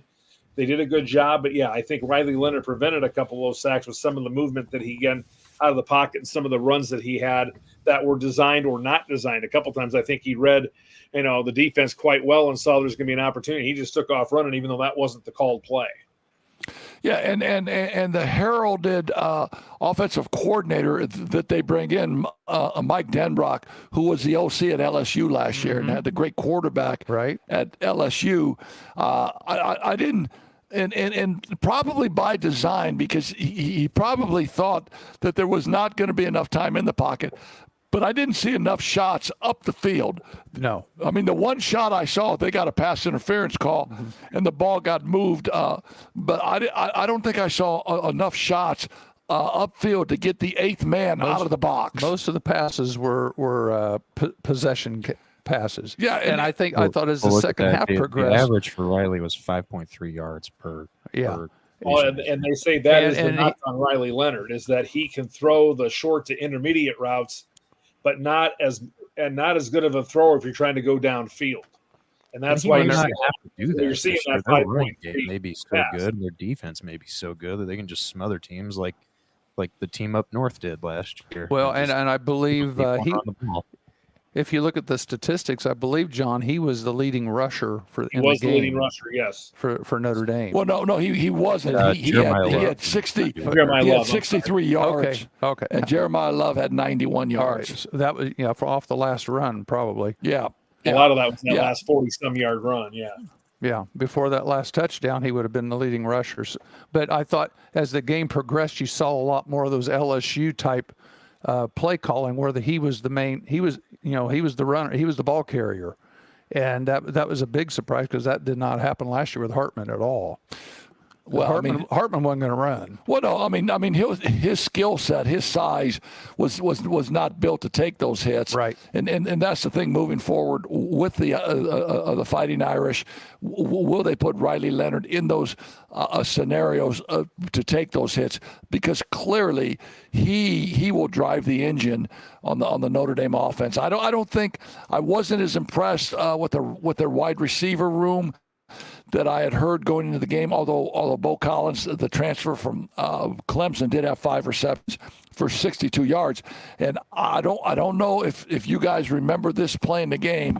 I mean, you had 3 TVs going, but there was a big point in the game where Bo Collins had made a contested catch, got shoved out of bounds, and was walking back and shoved the defender didn't he? Right in the back, which to me should have been an automatic flag right in front of the officials, and the commentators talked about it also. Herb Street and Fowler talked about it, and I don't know if you remember seeing that, John. I do, and I agree. I think that there should have been a flag on that, just like we saw in the LSU game last night after that one LSU touchdown, the little dancing and all that kind of stuff, that got a flag. And I agree. I think Collins should have gotten unsportsmanlike for that, but I don't know why they just kept their flag in the pocket. Well, I think that was a play they actually did. They had to do a review on whether he bobbled the ball before he went out of bounds, and did he keep possession? And then, so I'm wondering if the defender did something to cause that sort of a reaction from him. I don't know. Well, no, I'm sure he did. I'm sure he made a comment. I'm sure he did. But at the end of the day, you got to have enough poise. Yeah, you can't do that. To not do that, because that's on the last touchdown drive, I believe. And Notre Dame flag, right? Excuse me? It's because they paid the refs off. That's what Notre Dame always does. Those were ACC officials, by the way. Yeah, they were. Exactly, yeah, which is the conference that Notre Dame is quasi-tangentially associated with. So Texas A&M. Texas A&M had to approve the officials. Oh, sure. But they do that. That's just how that works. So there you go. So Notre Dame. So when Northern Illinois comes to Notre Dame this weekend, they'll have MAC officials. Yes. You guys are Really? no Is that, fun I mean, to is that troll. how it works? The It's road usually team brings their officials. it's usually I the did not opposing know that. conference that gets assigned to that. Yeah. When Stanford comes to town, it would have been a Pac-12 or Pac-20 or whatever. Stanford's now ACC also, aren't they? Yes. I don't even believe remember it's what the conference they're in. Pac-2. Yeah, that's all that's all that's Oregon left, State. man. That's funny. That's I don't know funny. if you guys know this or not, but injury news: Jordan Faison is out 2 weeks.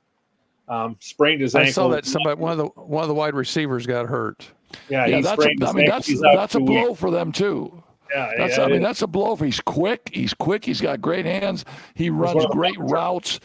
He's the kid that came off the rugby team. Am I right? Am I Yes. right on that last He year? was on the Rugby or team. lacrosse or rugby, one of them. Yeah, One yeah, of no, yeah. I think it's the lacrosse. You're right. You're 100% right.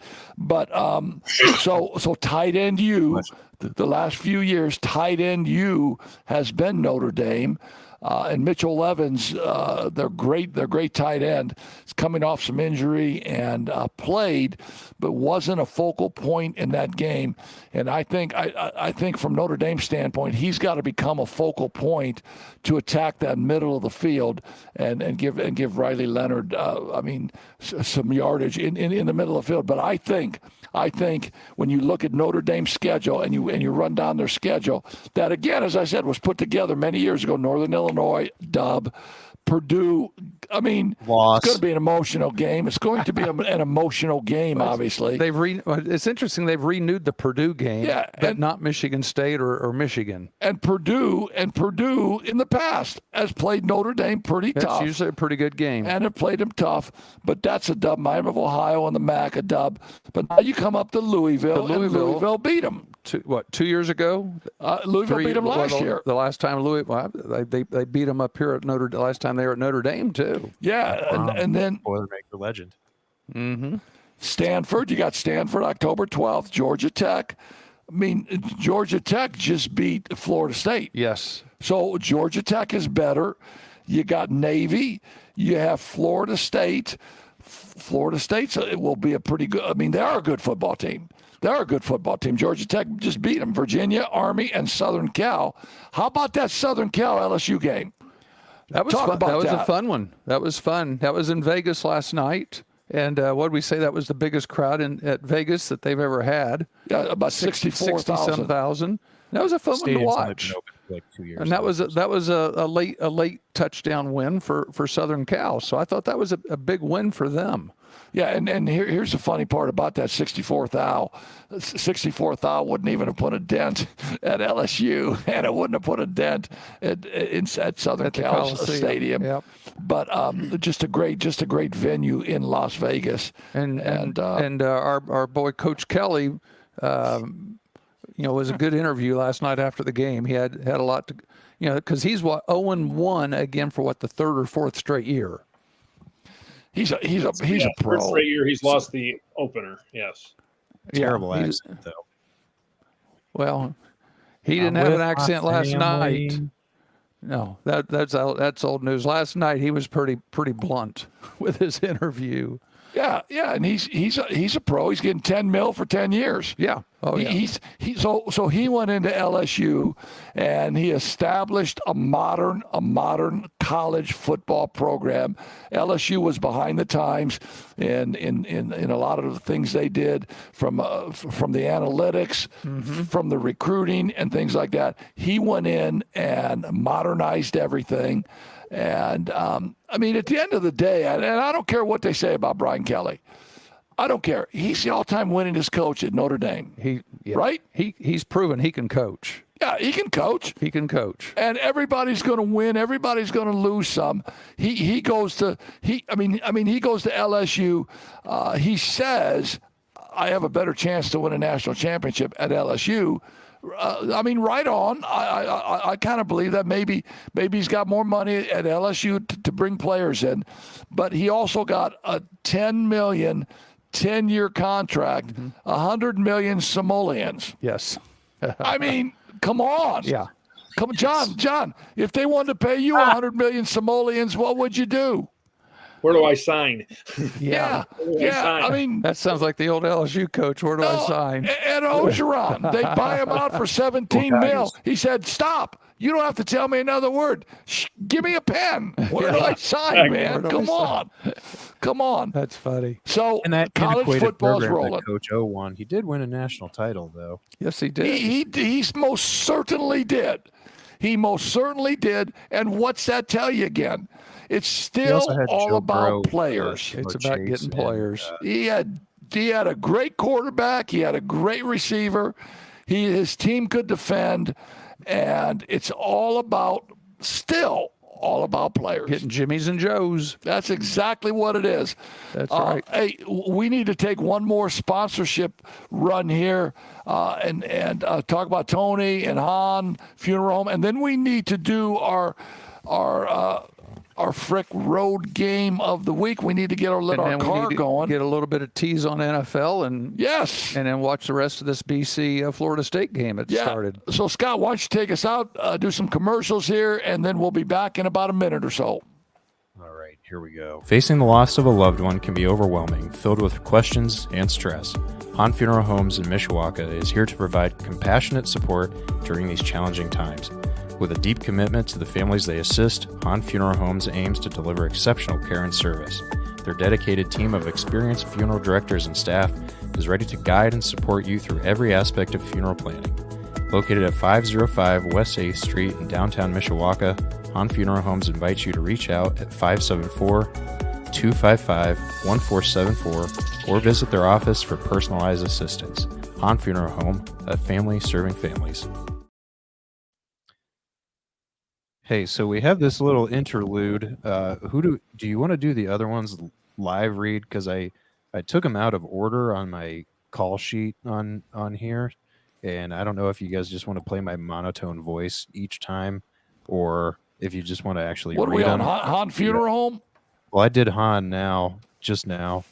So beautiful. If you want to hit Tony one more time, let me do a Tony Letcher, and then I'll do it. I got a couple things I can tell you about Fricks too. So yeah, put Tony on. Let's hear from the great TL Tony Letcher, Health Markets Insurance man, Medicare, the whole thing. He is the absolute best when it comes to insurance. Please, tletcher.com. As a matter of fact, he's got a couple new commercials that he put out because he sponsored the Chicago Bears preseason. He's on the Bears preseason stuff. We've played a couple of those commercials, but I mean, Health Markets Insurance with Tony Letcher, it doesn't get any better. And Tony will join. I mean, he'll join us live this year. Yeah, we'll get him on here. As will the great Pat Hahn. I mean, I don't know if we can get Frick's driving on. Maybe they can bring a car over to. I mean, maybe you can drive a kid over. We can film somebody it. over. We'll film that. But I mean, our sponsors are a big part of our show, and we thank them. We have Fricks now, man. Right, and we have Fricks. And Scott, one of the things in your commercials that they've been talking about, we've got some news. There's some new stuff going on in the state legislature where the BMV is getting out of doing the driving tests. And like you mentioned, Scott, with airlines, the FAA doesn't test pilots. It's private groups that do that. The FAA still absolutely certifies every single one of us. They certify us, yes. It's just who they give the power in different companies to act on their behalf. So if any of you hear that and say, "Oh my God, the FAA does," yes, they do. Well, that's what I'm talking about. Bottom line is, public is safe. If you want to take your, I ain't flying anymore for that. If you want to take your driving test in the future. You're not going to be able to go to the BMV. You're going to have to go to a private driving school such as Fricks. So that's why when you listen to the commercial and it says if you're coming in off the street, it's like $65 and you can take your driver's test at Fricks. Now, if you're one of the students, and whether you're 60 years old or 16, You do your 6 drives with us. I think it's an extra $30 or $35 cash, and you can take the driver's test. You're in and out of there in a half hour or less. It's basically like getting out of school to go to the dentist. You come over here, you sign out, you go to the driving test, you get you some lunch, and you head back to school. Is what most of the kids are doing. $35 for a lifetime of freedom behind the wheel. That's money well spent. So that's some of the things that we're going to deal with, and that's why Frick's driving school is going to be more and more important. Which leads us, Scott, if you want to put a little car, we need to do our Frick's driving road team of the week. Now we need to talk a little bit of NFL before we leave.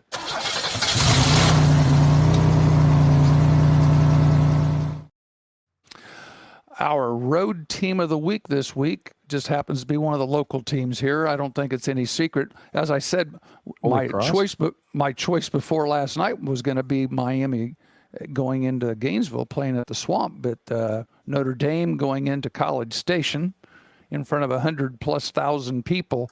That's an accomplishment. That was a big deal, and that was a big deal for Coach Freeman getting his program here off to a good start in the third year. So my road team of the week this week is in football is going to be Notre Dame. Yeah, I agree. I agree wholeheartedly with you. Had Penn come in and beat Mishawaka at Mishawaka, I think they would have been in the running for it, but that didn't happen. And so the Fighting Irish get that huge road win and show the committee.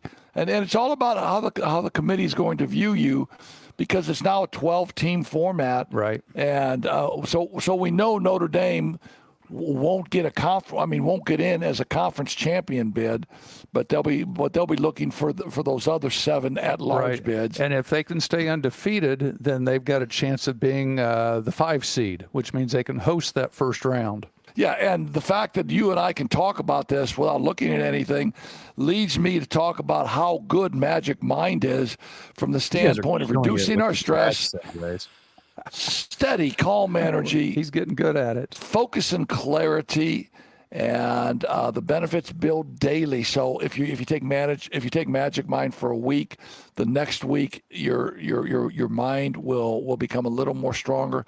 It's vitamin, it's energy for your brain, and I'm living proof. I'm 68. I'm Polish. Number one, being Polish kind of puts me behind the 8 ball, man. There's a few factors involved, right? I was raised at MR Falcons and Boozy's Bar. So because I'm Polish, but because of the fact that this is great stuff, man. MagicMind.com. Get some information on it and go ahead and try it. NFL football, man. Give a little credit. Didn't a Polish guy single-handedly end communism? I'm a sports guy, so I will tell you this much. I did go see the movie Reagan last night, and it was a great depiction, I think, of his years in the White House and his years leading up to the White House. And I would recommend anybody, if you're a history guy or with the presidential elections coming up now, if you want to see the behind the scenes of that, just a great movie. And you know who I'm talking about, though, right? I don't know. I do not. Roman Polanski. Polish Pope. No, I think you're thinking about Mike Krzyzewski. No, the Pope. All right, Mike Krzyzewski at Krzyzewskiville. Hey, John, I'm gonna sneak in here before he says anything else. Who do the Lions play this week? We'll give you first crack, because as soon as he starts talking about the Bears, you and I won't have a chance. I'd have to look that one up. I need some of that Magic Mind, because I forget who the Lions are. Man, the Los Angeles Rams. The LA Rams are at Detroit. Come on. There you go. Come on, man. There you go. It's NFL time. Well, and it's better, John, because it's the Sunday night game of the week. Right. John, so listen. There you go. So Pat was jumping on me. Okay, before I get talking on the Bears, but I ain't never gonna say, when do the Bears play? I know when the Bears play. They play the Titans. They play the Titans at noon at Soldier Field. And I told Monica tonight, Monica, go to the store and get the meal planned for Sunday and have everything ready by Saturday night so I can be in my chair. Man, if I got the Sunday night game, How cool would that be? Lions against the Rams. That'll be a good game. I think the Lions are great. So when do you with the Bears playing at noon? When do you go to church? You just Saturday night church? No. The Bears play at 1 because of the time difference. I go to 10:30 mass at the Great St. Monica's. Okay. I'm out at 11:30. I'm downstairs. Yeah. I'm downstairs having a donut and coffee till noon, and I'm home at the crib. Now, back in the day at St. John the Baptist, Father Jacobs, in, out, gone, 33 minutes. 33-minute mass. At the 34-minute mark, we were out. Father Jacobs was the absolute best. So NFL starting on Thursday night with Baltimore at Kansas City.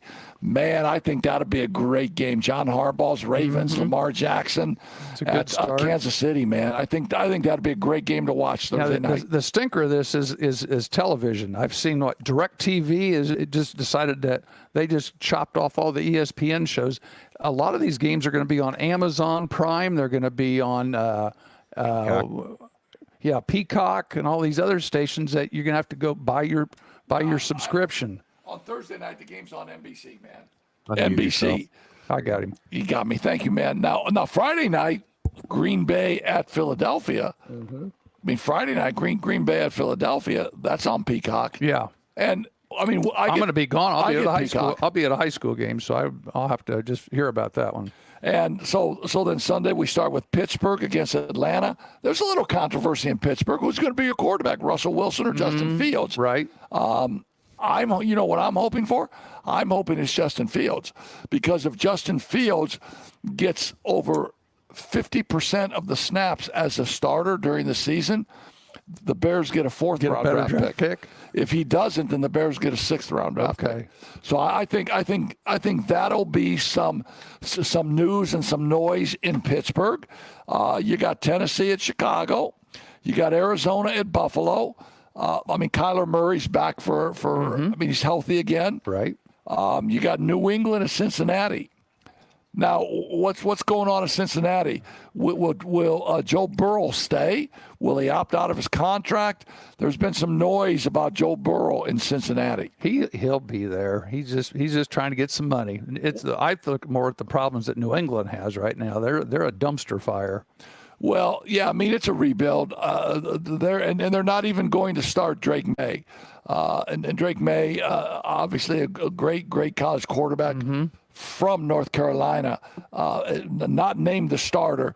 And then the one thing the Bears did, Johnny, on draft night, they draft Caleb Williams, and they said he's our starting quarterback. He's a starting quarterback. Let's not fool around. Let's not bring an older guy in to mentor him. He's our starting quarterback. Let's work with him. Let's give him all the preseason reps, John. I agree. That's really what's going to help the Bears this year. Because if you mess around and you draft a quarterback, but then you bring somebody else in that's an older guy, how long does he stay? You know, Caleb Williams has got the skill set to be an NFL quarterback. I think that was a really good move by the Bears, just to name him the starter and give him all the reps. Yeah, and then the Bears put some decent offensive linemen around him. They bring in new receivers, Keenan Allen. They draft Roma Dunze. They bring over your guy from the Lions, DeAndre Swift, via Philadelphia. And I think DeAndre Swift is a pretty good running back. But we'll see. I mean, rookie quarterbacks. I don't care how good you are. Peyton Manning. They're going to play like rookies. Is a Hall of Famer, and he throws 26 interceptions his first year. His first year was not a pretty one. Season interception record. Mm-hmm. Yeah. So, and speaking of the Colts, the Houston Texans. Division game off the bat. And I don't know if I saw this coming with C.J. Stroud. I thought C.J. Stroud was a good college quarterback, right. But I don't know if I saw him being as good as he is this quickly in the NFL. But they're at the Indianapolis Colts. Anthony Richardson healthy again for the Colts, right? Right. Yep. Let's see how he does. He's got to stay healthy. Yeah, and I think. And what does the NFL stand for? Not for long. Not for long, man. Jacksonville at Miami. Miami gave big money to Tua. Right. I mean, big money. Jacksonville, Trevor Lawrence. Is he? Will he still live up to the hype? I like him. I think he's a good think he's a really good quarterback, man. I think he's of Carolina at New Orleans. Is Bryce Young as bad as he was last year, or is Bryce Young an NFL quarterback, guys? That's the question. We're just gonna have to wait and see. What do you think, John? Bryce, franchise that incompetent. I think the jury's still out. We'll see. I think it's gonna interesting to see how he can work in that system and how he can develop quickly. But I think the jury is still out on that one. And so Minnesota at the New York Giants. You know what I say about this game? Who the hell cares? The only reason I say it matters is because it's an NFC North opponent. But the Minnesota Vikings let Kirk Cousins go. Mm-hmm. Yep. They signed Darnold. They draft J.J. McCarthy. Yeah, the kid from Michigan. And then he gets hurt. He's really good, by the way. The kid from Michigan's really good. He gets hurt. So Sam Darnold is their starter. The New York Giants, on one hand, draft Neighbors, the great wide receiver from LSU. But here's my question, fellas. Maybe you guys can help me with this. Who the hell's going to throw him the ball? Yeah. Daniel Jones? Pick me. I will. Right now it's Daniel Jones. I mean, come on. Jones. He's it for now. I don't know about that one. Las Vegas against the Chargers. All eyes are going to be back on Jimmy Harbaugh. Yep, back to San Diego. I don't care what you say about Harbaugh, right? I don't care about. He can coach. He's a ball coach. He can coach. He ain't about all this. He's going to wear his khakis from Walmart. He's going to have something on from the Chargers, maybe just a Chargers T-shirt. Right. He may have the ball boy scouting for the other team. And have his glasses down on his nose. And he's just a ball coach. Tucked in his shirt. Yeah. Yeah. He's just a coach. But that ball coach has got a quarterback. Justin Herbert can sling the ball around the field. I like Herbert, too. He's good. The Denver Broncos at Seattle. The only thing that I'm interested in is to see Bo Nix, who will be the quarterback at Denver, right? Right. I mean, I thought Bo Nix had a great last year in college. Yeah, I thought he was very productive and very good. Anybody else on Bo Nix? I can't get you guys He's to be really quiet. No good, one's got nothing he's on like Bo. 50 years old, though. What about the Cowboys? He's like a 27-year-old rookie, isn't he? What about the Cowboys? Back in the day. Yeah. What about the Cowboys at Cleveland? Will Deshaun Watson be there, or is he going to be getting a massage? Is he getting a rub down before the game with a couple? Yes. Not even going to say it. And who's the quarterback for the Cowboys? Dak, your boy Dak, man, Dak Prescott. Oh yeah, how about them Cowboys? They signed CD. CD Lamb to the big contract. They bring back Ezekiel, your Ohio State guy. Are the Cowboys going to be any good this year? No. They'll make the playoffs, but they'll fizzle out because the NFC East is terrible. That's a good point. They'll make the playoffs. They'll lose in the first round like they always do. Shower thoughts. And I thought, you know who teams are really similar to each other? The Cowboys and Notre Dame. Big brands have not won anything mean or worthwhile in 30 years. Yeah, it's a good point. Because Notre Dame went to the national title game in 2012 and proceeded. They're always close. Pretenders, contenders. I don't know. You just broke my heart, man. You guys are no fun. You just broke my heart. All I know is Sunday, I've got the 3 TVs.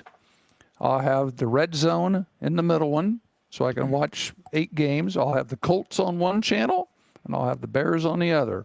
How about the Washington Redskins at Tampa Bay? Oh, excuse me, the Commanders. The Washington Commanders, led by Jaden Daniels. And by the way, I will say this much. I'm a huge Bear fan. I love Caleb Williams. I think right now, Jaden Daniels might be the most or the more accomplished quarterback between him and Caleb Williams. He's played more games. He won the Heisman. I think he's an accomplished quarterback. Won the Heisman. I think Caleb Williams will have the higher ceiling, But I look forward to watching Jaden Daniels play in the NFL. Jaden Daniels has to throw to, right? Yeah, and Terry McLaurin. Yeah, no, exactly. He's from Indianapolis. Yeah. He's Mr. Football in my grade. Yeah. And can Baker Mayfield somehow come out of the ashes again and rise up? He gets a second big contract from Tampa Bay after playing really well last year. Can he rise up? The game is in Tampa, so I don't know. Will heat have an effect on that? All those games on the coast, will heat have an effect? I don't know, but I know one thing: the Rams ain't playing in heat. They're playing indoors in Detroit. Johnny, be good. You got that right. And it'll be rocking in Ford Field, that's for sure. Yeah. Hey, I saw Notre Dame. Sam Hartman, I think, was with Washington and just got cut here on the last waivers, I think. Yeah, and I don't think Sam Hart was ever going to be an NFL quarterback. I think maybe his goal was to land on a practice squad. Mm-hmm. Speaking of practice squad guys, he still might. I mean, so speaking of practice squad guys, I think this is amazing. For a first or second year practice squad guy, they make $12,500 a week. $12,500 a week. So that equates, if they stay on the practice squad for 18 games, that's $225,000 a year for a half a year's work.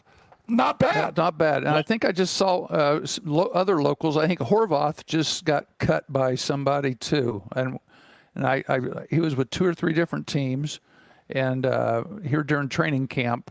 I think he got cut, signed with somebody else, and then got cut here at the final. So he was with the New Orleans Saints. But then back to practice squad guys. If you're like 3 years or a veteran, that team can sign you from anywhere to $16,000 to $21,000 a week. Interesting. Now you're talking about if you stay on that practice squad for 18 weeks. Now you're talking about $300,000. That's not bad being a practice player.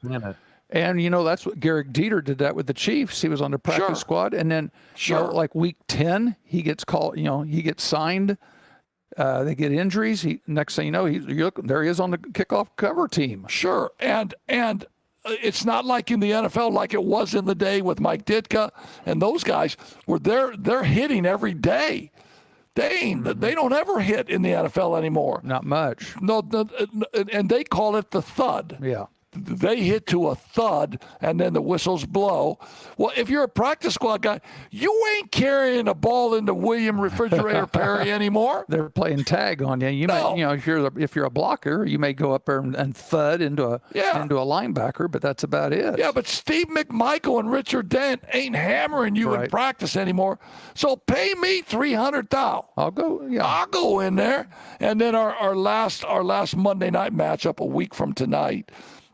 Is the New York Jets and the San Francisco 49ers. And it's Aaron Rodgers, man. I mean, does Aaron Rodgers have the magic at 40 or 41? Can he make more than 4 plays? I don't know. I mean, I'd like to see him. Wouldn't you, John? Yeah, he's looked good in training camp from some of the videos I've seen. But yeah, I think I agree with you, Pat. Can he go longer than 4 plays before he gets hurt? Can he stay healthy? Can he stay upright? Can they keep him upright? That's the problem with the Jets. I agree. I think this is the beginning of Nick Bosa's MVP campaign for the 49ers. Okay. Yeah, I think he's really good. For him, after Trump got shot, Nick Bosa was going to turn it on for his boy. Oh. Well, speaking of that, who is the 49ers rookie what's your point? Nick Bosa is a huge MAGA dude. And so when Trump got shot, that was like, Nick Bosa MVP, let's go. All right, man, good. Who was the 49ers Ricky rookie? Pearsall. He got out of the hospital today. So Ricky Pearsall is going to an event for the 49ers. On his way to an event, he's wearing a Rolex. He gets robbed. He gets shot. Unfortunately, he's okay. Like you said, he got out of the hospital. The 2 hockey player brothers who played for the Columbus Blue Jackets, Godet, the 31-year-old Johnny Godet, and his brother Matthew are home in New Jersey. They're riding. They're home for their sister's wedding. They're riding their bikes on the road, and they get clipped by a drunk driver, and both of them get killed. I mean, senseless, tragic, just absolutely terrible. But anyway, I hate to end this show on a tragic note, but I am a happy boy.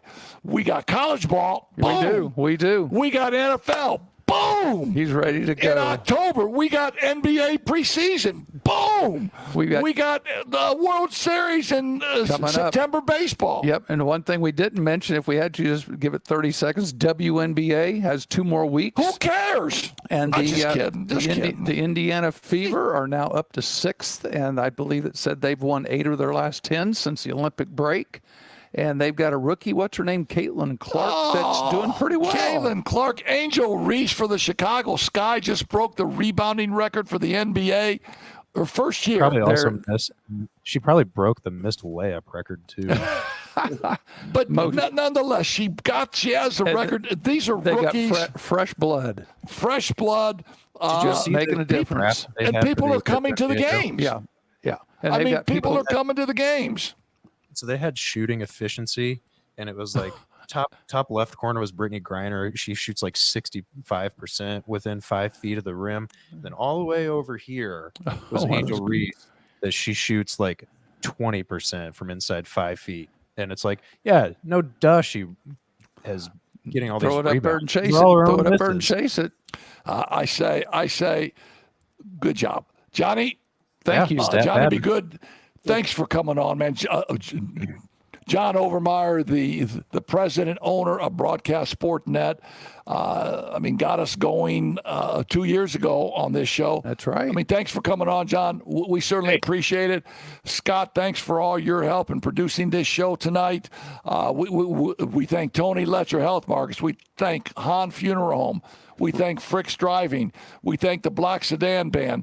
We thank Magic Mind. We will be back at Dorbin's next week. They've got all their food specials during the week. Make sure you go get your goulash at lunchtime. Hungarian goulash, and chase that with an ice cold beer. Right? And I know he's going to do big screen TVs. They're doing watch parties for Notre Dame, so you can go tailgate and then say, okay, now where are we going? Go to Dorbin's. There you go.